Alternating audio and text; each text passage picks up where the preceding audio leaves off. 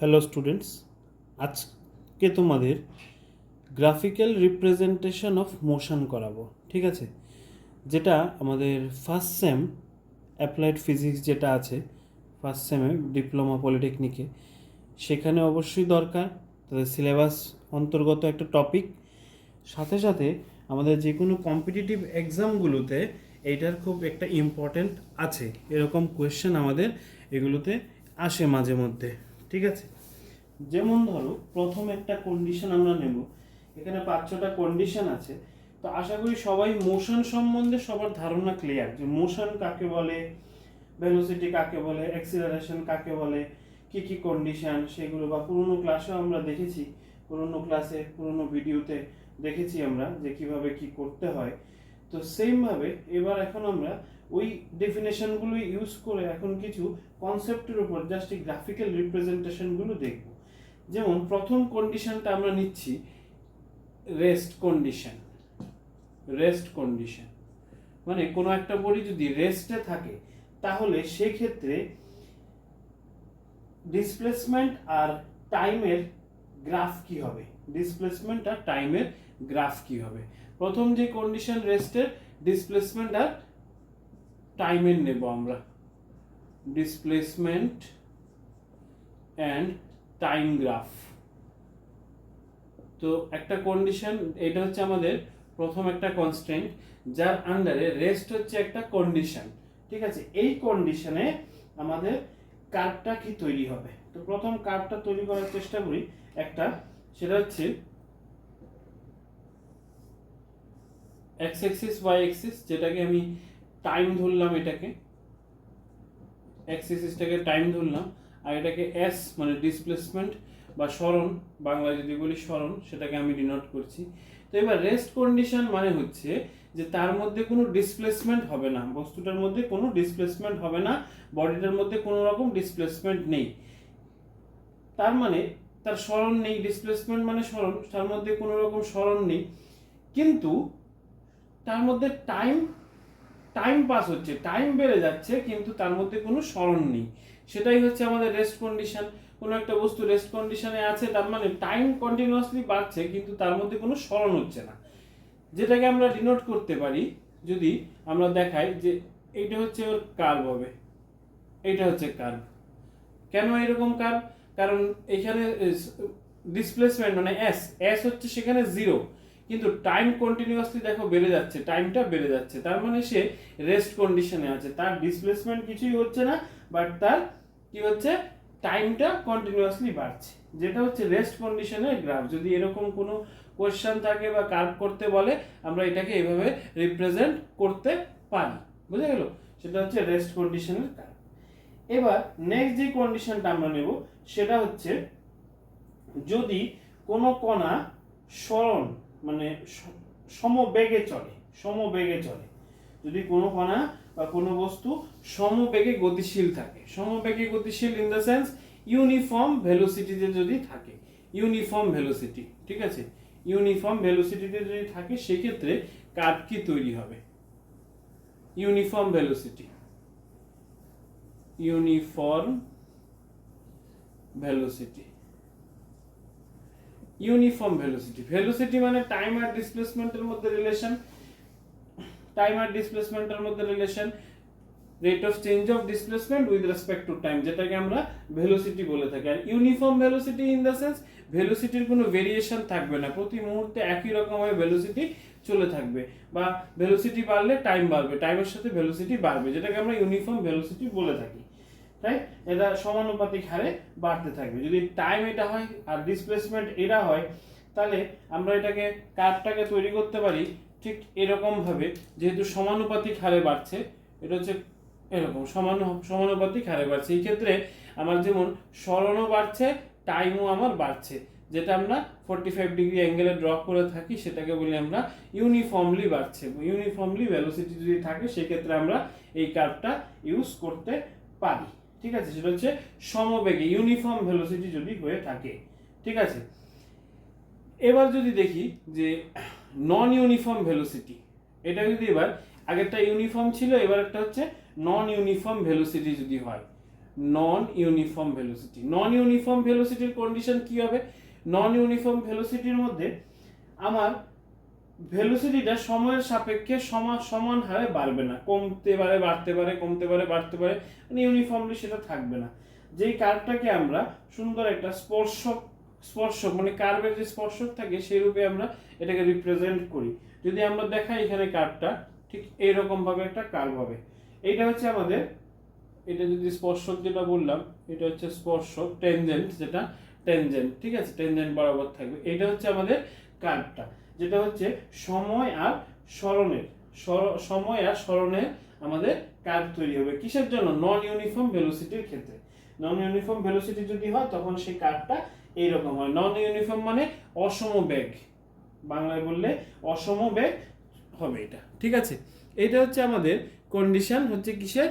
সময় আর সরণের মধ্যে রিলেশন, বিভিন্ন কন্ডিশন আমরা দেখেছি, ঠিক আছে। এবার যেটা করব সেটা হচ্ছে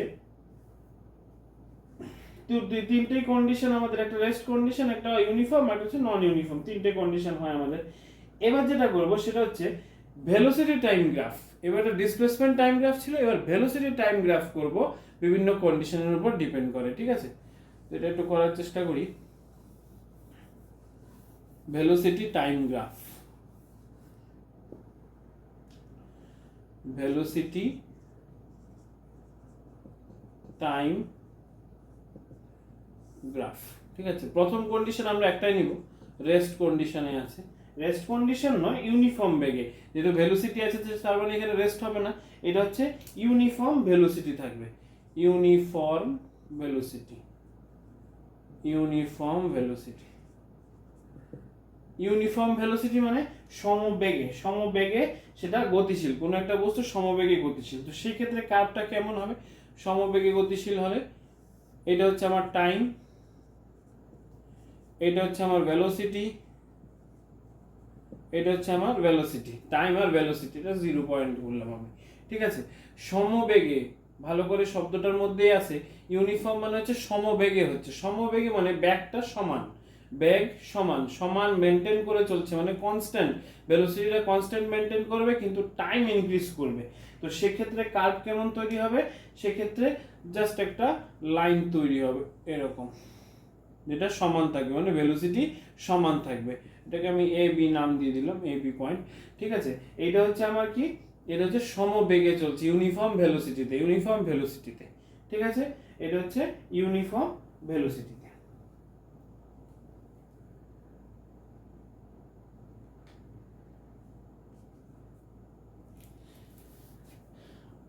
ঠিক আছে, এটা হচ্ছে ইউনিফর্ম ভেলোসিটিতে চললো, সমবেগে যেহেতু সমানভাবে চলছে, ঠিক আছে।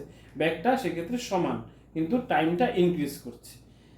সেটাই যদি এবার হয় ইউনিফর্ম এক্সিলারেশন, ভেলোসিটি না হয়ে এবার যদি হয় ইউনিফর্ম এক্সিলারেশন যদি দাঁড়ায়, সেক্ষেত্রে কার্ভ কি হবে? এক্সিলারেশন, সমত্বরণ। এক্সিলারেশন মানে হচ্ছে ত্বরণ, ইউনিফর্ম মানে হচ্ছে সমত্বরণে যদি হয় তাহলে ভেলোসিটি আর টাইমের কি সম্পর্ক দাঁড়াবে? ত্বরণ কি আগে বুঝতে হবে। ত্বরণ মানে হচ্ছে ক্রমবর্ধমান বেগ, ইন দ্য সেন্স বেগ কন্টিনিউয়াসলি বাড়বে, টাইম যেমন বাড়বে বেগও বাড়বে, মানে টাইমের সাথে সাথে বেগ কন্টিনিউয়াসলি বাড়তে থাকবে। যদি এরকম কেস হয় তখন কার্ভটা কেমন হবে? দ্যাট মিন্স ইউনিফর্মলি এক্সিলারেশনের ক্ষেত্রে এক্সিলারেশন বাড়বে যেরকম, মানে ত্বরণ যেরকম বাড়বে টাইমও সেরকম ভাবে বাড়বে, তার মানে সমানুপাতিক হারে বাড়বে। এইটা হচ্ছে সমানুপাতিক ভাবে বাড়ছে। ইউনিফর্ম এক্সিলারেশনের ক্ষেত্রে ভেলোসিটি বাড়ছে যেমন, সেমন ভাবে টাইমও বাড়ছে। এইটা হচ্ছে আমার রিলেশন, তার মানে v ইকুয়ালস টু এটি, ইউনিফর্ম ভেলোসিটিতে সেটা বেড়ে যাচ্ছে, ঠিক আছে। ইউনিফর্ম এক্সিলারেশন সেটা হবে। নেক্সট যদি হয় নন ইউনিফর্ম এক্সিলারেশন, বা ধরো এই ক্ষেত্রে আমাদের v ইকুয়ালস টু at মানে u ইকুয়ালস টু 0, এই কন্ডিশনে হচ্ছে u equals to 0, v equals to at হচ্ছে, তার মানে এইটা হচ্ছে আমার t কন্ডিশন, এটা t আর এটা আমার a, ঠিক আছে, এটা আমার a। এবার যদি হয় যে ইউর ভ্যালু আছে কিছুটা, ইউর একটা নির্দিষ্ট ভ্যালু আছে, কিছু একটা ভ্যালু আছে, মানে ইনিশিয়াল ভেলোসিটি কিছু থাকবে এখানে। এবার যেমন ইনিশিয়াল ভেলোসিটি হচ্ছে 0, এই ক্ষেত্রে ইনিশিয়াল ভেলোসিটি ছিল 0, কিন্তু এই ক্ষেত্রে এখন যেটা করব সেটা হচ্ছে ইনিশিয়াল ভেলোসিটি কিছু থাকবে। যদি তেমন কন্ডিশনের হয় তখন আমার কার্ভ এখান থেকে শুরু হবে। তার মানে এটা হচ্ছে আমার প্রথম শুরু, স্টার্টিং মানে হচ্ছে ইনিশিয়াল ভেলোসিটি মানে কিছু এখানে আছে, এই পরিমাণ ইনিশিয়াল ভেলোসিটি এখানে আছে, আর এটা আমার ফাইনাল ভেলোসিটি। এটাকে তখন আমি বলতে পারি, এই পার্টটাকে যদি আমি ধরি তাহলে এটাকে যদি কার্ভ টানি, এরকম টানি, এটা আমার হচ্ছে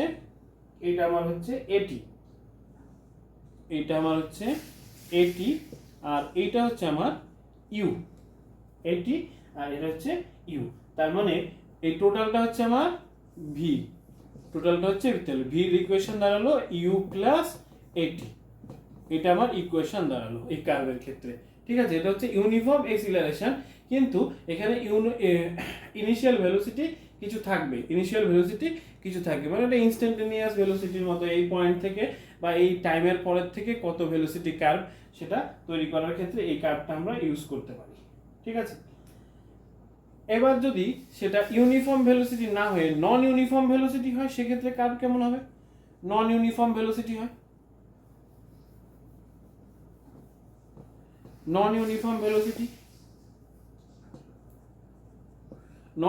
ভেলোসিটির ক্ষেত্রে, যেহেতু নন